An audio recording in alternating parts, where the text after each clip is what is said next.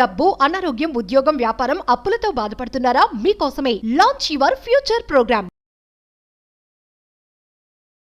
నమస్తే రమ్ గారు. నమస్తే జయ. రమ్ గారు, ఒక్కొక్కరు ఆలోచన విధానం ఎలా ఉంటుందంటే ప్రతి దాంట్లోనూ నెగిటివిటీ చూస్తారు. ఓకే, కీడించి మేలంచాలి, తప్పులేదు. కానీ ప్రతిదీ కీడులోనే చూస్తూ ఉంటే, ప్రతిదాన్ని మనం కామెంట్ చేసుకుంటూ పోతూ ఉంటే పాజిటివ్నెస్ ఎలా వస్తుంది? దాంట్లో మంచి ఎప్పుడు చూడగలుగుతాం? అది ఒకవేళ మంచి అయినా కూడా నీకు అక్కడ చెడే కనిపిస్తూ ఉంటుంది, అటువైపే వెళ్ళాం కదా.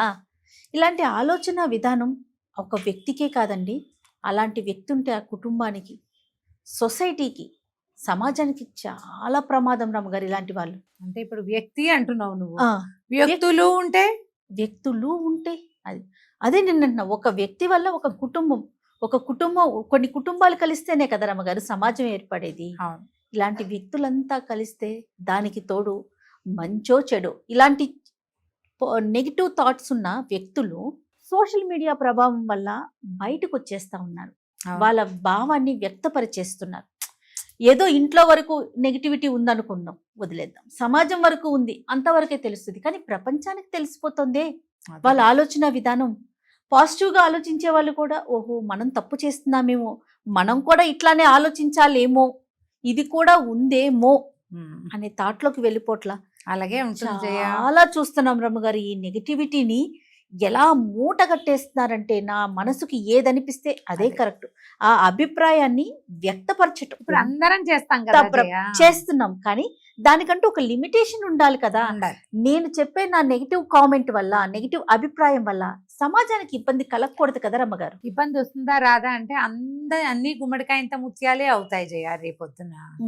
ఇప్పుడు ఊరికే మనం సాధారణంగా ఏదో చెప్తాం, తల్లిదండ్రుల్ని బాగా చూసుకోవాలి, అమ్మా నాన్నని చూడాలి అని చెప్పామనుకో, చెప్పంగానే దానికి వెంటనే ఏమంటారు కొంతమందికి వస్తుంది ఐడియా, మీకు తెలుసా మా నాన్న దుర్మార్గుడు, మమ్మల్ని వదిలేశాడు, తండ్రి అంటేనే నాకు అసహ్యం వేసింది, తండ్రి అనే పదం అసహ్యకరమైన పదం అని ఎవడో ఒకతో పెడతారు. పెట్టంగానే అవును మా నాన్న కూడా అంతేనో ఒక 5-6 వస్తుంది.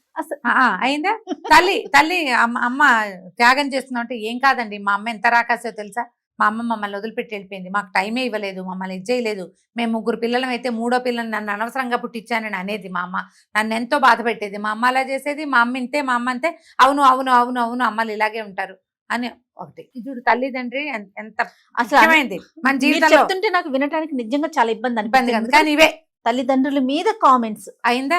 అక్కడి నుంచి తోడు మనం ఇంకా అత్తగారిని చూసుకోవాలి అనగానే మా అత్త బ్రహ్మరాక్షసి, మా అత్త ఏం చేస్తుందో తెలుసా, మా ఆయనతో ఉండనివ్వలేదు. ఒకటి ఇంటికి ఆడపిల్లల్ని బాగా చూసుకోవాలి అనగానే ఆడపిల్లల్ని బాగా చూస్తే ఎలాగ ఆడపడిచి ఏం చేస్తుందో తెలుసా, మీకు ఆడపడిచి ఉంటే తెలిసేది అని ఒక 100 ట్రిగర్ అయిపోతారు జనం. ఇది వరకు ట్రిగర్ అయినా, మనకి మండినా, మనకి నచ్చకపోయినా పెద్దగా మాట్లాడడానికి కానీ భావ వ్యక్తీకరణకి కానీ అవకాశాలు ఇది వరకు లేవు. ఇప్పుడు అవకాశం దొరికింది మనకి. నువ్వు ఆడపిల్లల్ని చూసుకోవాలి అన్నా తప్పే, దానం ధర్మం చేయండి అన్నా తప్పే, పూజ బాగా చేసుకోండి అన్నా తప్పే, అంత చెయ్యక్కర్లేదు అన్నా తప్పే, ఈ రోజున ఇది మంచి రోజు అని చెప్పినా తప్పే, చెప్పకపోయినా తప్పే, భార్యాభర్తలు కలిసి ఉండండి, కొట్టుకు చావకండి అని చెప్పినా తప్పే. ఎట్లా అయిపోతుందంటే పర్సనల్ గా మీకు ఆడపిల్లలు ఉన్నారా, కొన్ని మీకు మగ పిల్లలు ఉన్నారా, మీకు అత్త మామలు ఉన్నారా, దాన్ని అంటే పర్సనల్ గా మాట్లాడేస్తున్నారు. వాళ్ళు ఎవరో నాకు మెసెంజర్ లో ఒక అబ్బాయి పెట్టాడు జయ, అబ్బాయే, ఎందుకంటే ఫోటో మగపిల్లాడిదే ఉంది, నీకు పని పాఠాలు నీకు అని నాకు రాస్తున్నాడు, నీకు పని పాట లేదు, నీకేం పని లేదా ఇంట్లో, నీ మొగుడిని ఎవరు నా మొగుడు నీ మొగుడిని ఎవరు చూస్తారు? ఏమిటి నా మొగుడిని ఎవరైనా చూడాలా? మీరెవరు ఉద్యోగాలు చేయటల్లా? ఆడవాళ్ళు ఎవరు ఏం పని చేయటం లేదా? చేసుకోవద్దా? ఇప్పుడు నా మొగుడిని చూడటం అంటే నేనేం చేయాలి? నేనేం చెప్తున్నాను నీకు? నేనేం చెప్తాను? మెసెంజర్లో పెట్టాడు జయ, ప్రొఫైల్ లాక్ చేస్తుంది.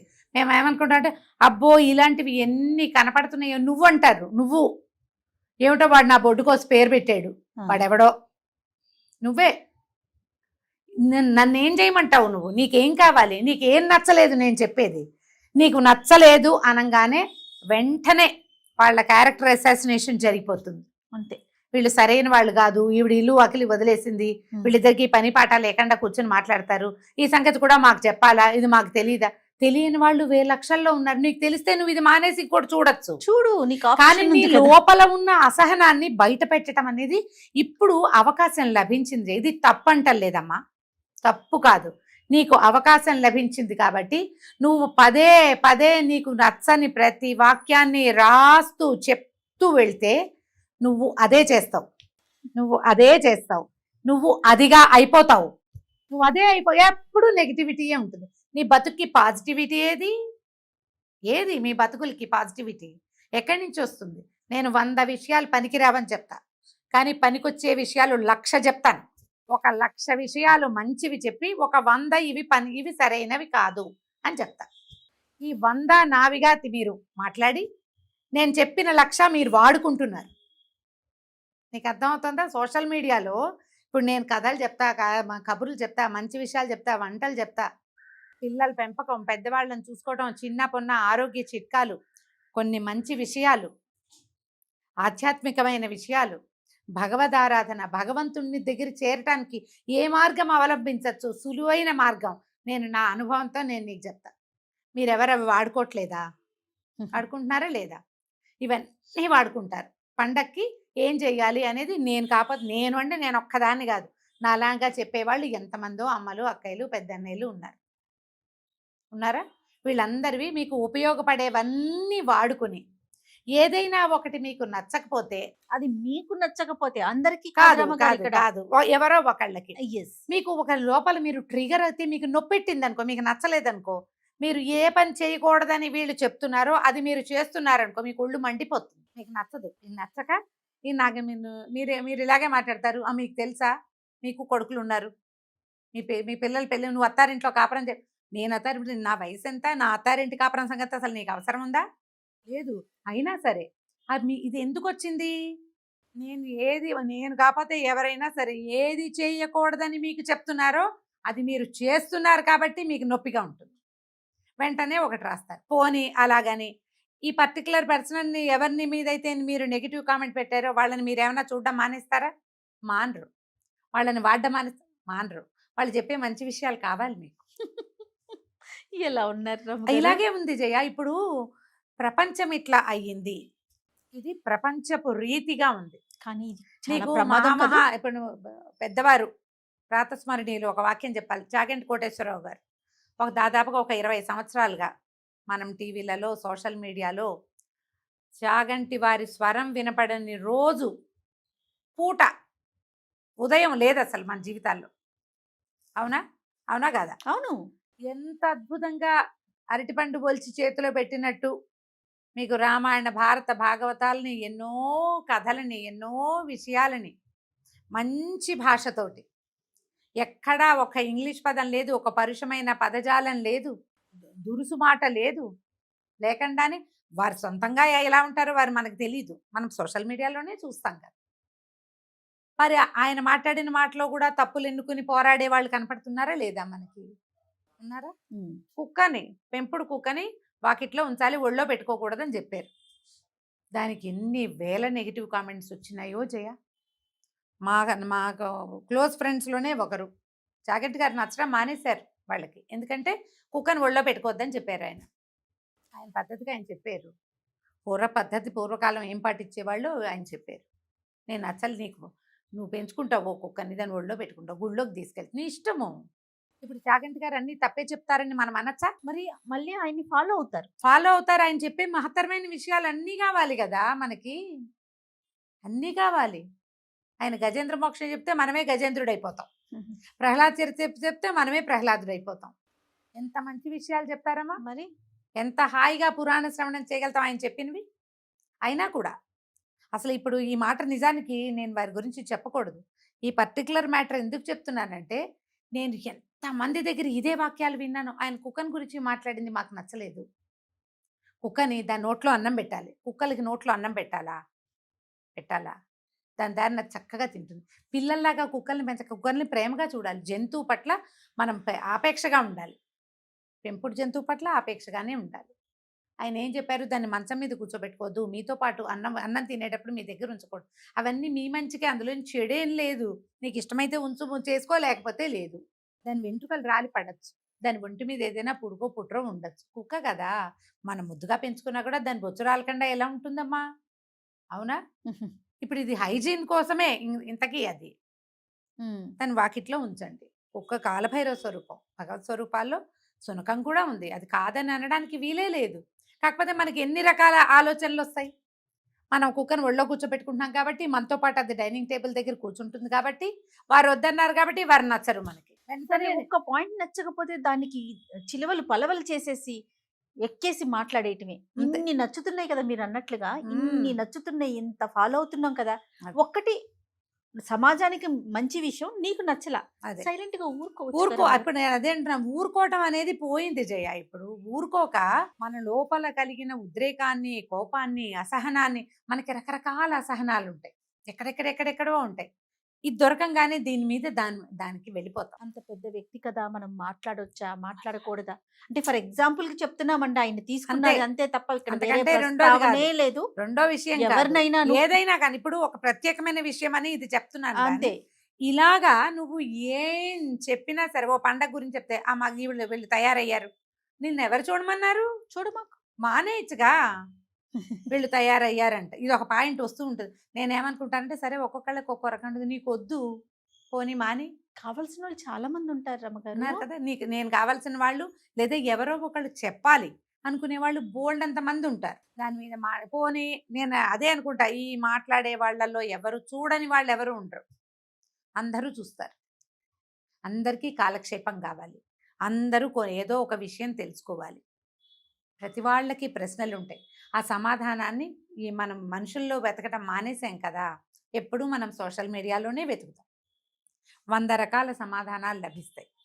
కొన్ని నీకు నచ్చుతాయి, కొన్ని నీకు నచ్చవు, కొన్నిటికి నీకు ఒళ్ళు మండిపోతుంది, కొన్ని సమాధానాలకి నీకు అరికాలి మంట నెత్తికెక్కుతుంది.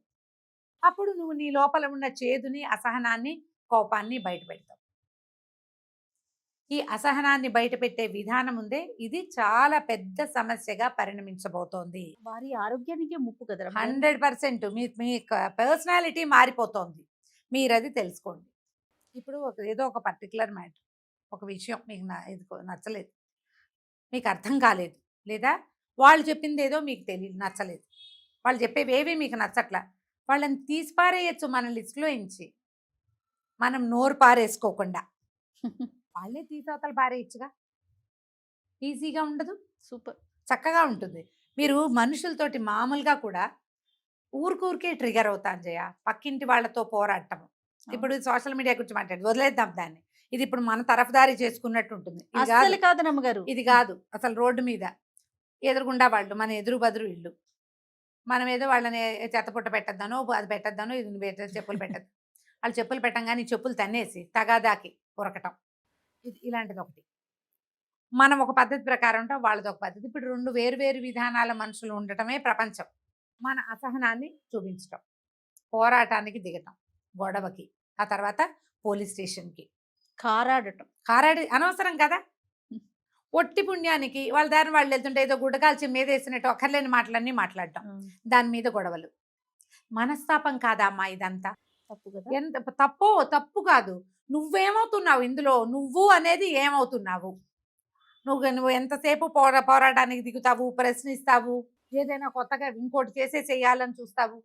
ఈ సందట్లో మనం ఏం చేస్తాము, వీళ్ళ గురించి ప్రచారం చేస్తాం, అక్కర్లేని మాటలు. అవునో కాదో తెలియదు మనకి, ఏదో ఒక ఊహ ఉంటుంది, కనపడితే ఎందుకు మనకి. ఈలోపు ఎంత టైం వేస్ట్ టైం వేస్ట్, నీలో నెగిటివిటీ పేరుకుంటూ ఉంటుంది. అవన్నీ అనారోగ్యాలుగా పరిణమిస్తాయి. ఇప్పుడు మనకి సమాజం బహు చిన్నదిగా ఉంది కదా. ఈ తీవ్రమైన నెగిటివ్ థాట్స్ నుంచి బయటికి వచ్చేయండి. మొదట చక్కగా ప్రాణాయామం చేసుకోండి, రోజు కాసేపు నడవండి. అప్పుడప్పుడు మనకు ఉద్రేకం, ఒళ్ళు మంట వస్తాయమ్మా, మనుషులం కాదా మనం? చిరాకు వచ్చేస్తుంది అవతల వాళ్ళని చూస్తే. ఇప్పుడు దాని నుంచి తప్పించుకోవాలి కానీ పోరాడి పోషించి మీలోనే ఈ మంటని పెంచుకొని లేనిపోని ఎసిడిటీ ఎందుకు వచ్చిన గోలా? అసలు నువ్వు ఫేస్బుక్ చూడు జయ, ఎవరేం పెట్టినా దాని మీద 100 నెగిటివ్ కామెంట్లు ఉంటాయి. కాదు రమ్మగారు, నేను బూతులు, అక్కర్లేని మాటలు, అనవసరమైన మాటలు. అప్పుడప్పుడు అనుకుంటాను, ఇప్పుడు ఇలా నెగిటివ్ కామెంట్ పెడతారు కదా, దాంతో వాళ్ళు రిలాక్స్ అయిపోతారా? పెట్టిన పర్సన్ ఒక విషయం నచ్చిందో నచ్చలేదు, ఎవరినైనా అడగాలి, మీరు మీరు తయారయ్యారనే పెడుతున్నారు అనుకుందాం. ఆ. ఏదో ఒక పండగ గురించి మనం మాట్లాడుతున్నాం. ఈవిడ అడుగుతోంది, ఆవిడ చెప్తోందని ఏదో కామెంట్ పెట్టారు. ఆ. దాంతో ఇంకా వాళ్ళు మనసులోంచి తీసేస్తారా? అయిపోతుందా ఆ సమస్య అక్కడితో వాళ్ళకి? ఏముండదు మళ్ళీ ఇంకోటి కావాలి. అంతేగా ఇవి ఇంకా సముద్రంలో అలలమ్మా. అసహనము సముద్రంలో అల. ఆ. నేను అవుతాం. తర్వాత ఇంకో గురుగారు వస్తారు, ఆయన అవుతాడు. తర్వాత వాళ్ళ ఆవిడ వస్తుంది, ఆవిడ అవుతుంది. పిల్లలు కనపడతారు, వాళ్ళు అవుతారు. అత్తగారు వస్తుంది, ఆవిడ అవుతుంది. కొలీగ్ వస్తాడు, వాళ్ళు అవుతారు. అలా వెళ్తూనే అలా ఉంటుంది. ఈ అసహనం అనేది సముద్రంలో అలలు. ఒకళ్ళ దగ్గర అనేస్తే తీరిపోదమ్మా అది. ఇక అంటూ ఉండటమే, వస్తూనే ఉంటాయి. అంతేలేండి. లేకపోతే ఒక చిన్న విషయానికి ఓర్వలేక 10 మందికి తెలిసేలాగా ఒక కామెంట్ పెట్టేస్తున్నారంటే వారి గుణం ఏ విధంగా ఉంటుందో అర్థం ఇప్పుడు చేసుకోవచ్చు. మీకు అర్థం కాలేదు, నచ్చలేదు, నెగిటివ్ కామెంట్ పెట్టాక మళ్ళీ వాళ్ళని చూడకుండా ఉంటున్నారా, ఉండట్లేదా మీరు? అది నా ప్రశ్న. లేదు, ఎదురు బదురు గొడవలైని ఇష్యూ వచ్చింది, వదిలేసేయండి పట్టి పల్లార్చాలి దాన్ని. అంతే. మనుషుల స్వభావాలు ఇలా ఉంటాయి. మరి దీనివల్ల ఏమవుతుందంటే మనము సంతోషాన్ని వెతకకుండా ఎప్పుడు పోరాటాన్ని వెతుకుతూ ఉంటాం. ఈ పోరాటాల్లోనే మీకు సంతోషం వస్తుంటే ఇక చేయగలిగేది అసలు ఏం లేదు. చేయగలిగేది ఇది పోరాటము, నెగిటివిటీ, అసహనాన్ని, అయిష్టాన్ని తెలియచేస్తూ ఉండటము, నువ్వు నాకు నచ్చలేదని చెప్తూ ఉండటము. ఇది ఒక దెబ్బతో, ఒక విషయంతో ఆగదు. మళ్ళీ రెండో విషయం రాగానే మళ్ళీ స్టార్ట్. మొదలైతుంది. రెండో మనిషి రాగానే మళ్ళీ మొదలు. విషయాలు వెళ్తూనే ఉంటాయి. వాటికి ఏముంది? ఆ. ఇందులో నలిగేది ఎవరు? మీ సొంత గది కాదా? మీరు ఎప్పుడు కాదా? చెప్తారు చూడండి, ఏ కట్టెకి నిప్పుంటే ఆ అదే కట్టే కాలుతుంది. ఎక్కువ నెగిటివిటీని పెంచి పోషించద్దు.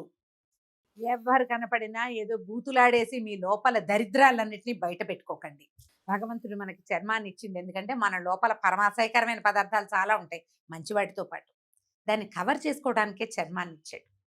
లేకపోతే అమ్మ మన లోపల ఉన్నవన్నీ బయటకు కనపడవాజయ్య, మరి అంతే కదా. కనిపిస్తాయి కదా. అందుకని ఏం చేశాడు, శరీరాన్ని శిరస్సు నుంచి సిరిపాదం వరకు చక్కటి చర్మంతో కవర్ చేసి లోపల పరిగెడుతున్న రక్తమాంసాలతో పాటుగా ఉన్నటువంటి చీము, రకరకాల పదార్థాలు మనం లోపలికి వేసేవి, బయటికి వదిలేవి, వీటన్నిటిని కవర్ చేయటానికేనమ్మా చర్మం పెట్టింది. అవి వాటిని, ఆ లోపల ఉన్న వాటిని సంస్కారం అనే ముసుగుతోటి అట్టపెట్టాలి. లోపల సంస్కారం కావాలి. అది ఉంటే మనం ఈ నెగిటివిటీలో వస్తాయి, ఉద్రేకం వస్తుంది. నచ్చకపోతే విడిచిపెట్టడం తెలుసుకోండి. ఎస్, వదిలిపెట్టేయండి. వదిలిపెట్టేసేయండి. వదిలిపెడితే మీకు సుఖం ఏంటంటే ఒక్కసారి వొమిట్ చేసేస్తే మీరు ప్రశాంతంగా ఉంటారు. ఎస్, ఇలా మీ చేదుని, మీ లోపల ఉన్న దరిద్రాన్ని ప్రపంచం మీద పంచటం మొదలు పెట్టారంటే ఇక దానికి హద్దు లేదు. ఎప్పుడు ఎవరో ఒకళ్ళు దానికి బాధితులుగానే ఉంటారు. కొన్నాళ్ళకి మీరు ఆ బాధించకుండా ఉండలేని లిస్టులోకి వస్తారు. మీరు బాధితులే దానికి. మీరు ఎవరిని అంటున్నారో వాళ్ళే బాధితులు కాదు, అనకుండా ఉండలేని బాధ వస్తోంది మీకు. ఆలోచించండి. ఇది ఒకరిని ప్రత్యేకంగా ఉద్దేశించింది కానీ, యూట్యూబ్లో కామెంట్ పెట్టే వాళ్ళని ఉద్దేశించి కానీ, ఫేస్బుక్ జనాల గురించి కాదండి. మొత్తం ప్రపంచంలో ఉన్న వాళ్ళందరూ మాతో సహా ప్రతి వాళ్ళు ఈ పరిస్థితుల్లోనే ఉన్నాం మనం. మీరు ఎక్కడెక్కడ ఆగుతారు, ఎక్కడెక్కడ సంయమనంగా సంస్కారంగా ప్రవర్తిస్తారు, ఎక్కడ మిమ్మల్ని మీరు ఆపుకుంటారు అనేది మీ విజ్ఞతలకి వదిలిపెట్టేస్తున్నాం. రైట్. నమస్తే రమ్య గారు. నమస్తే జయ.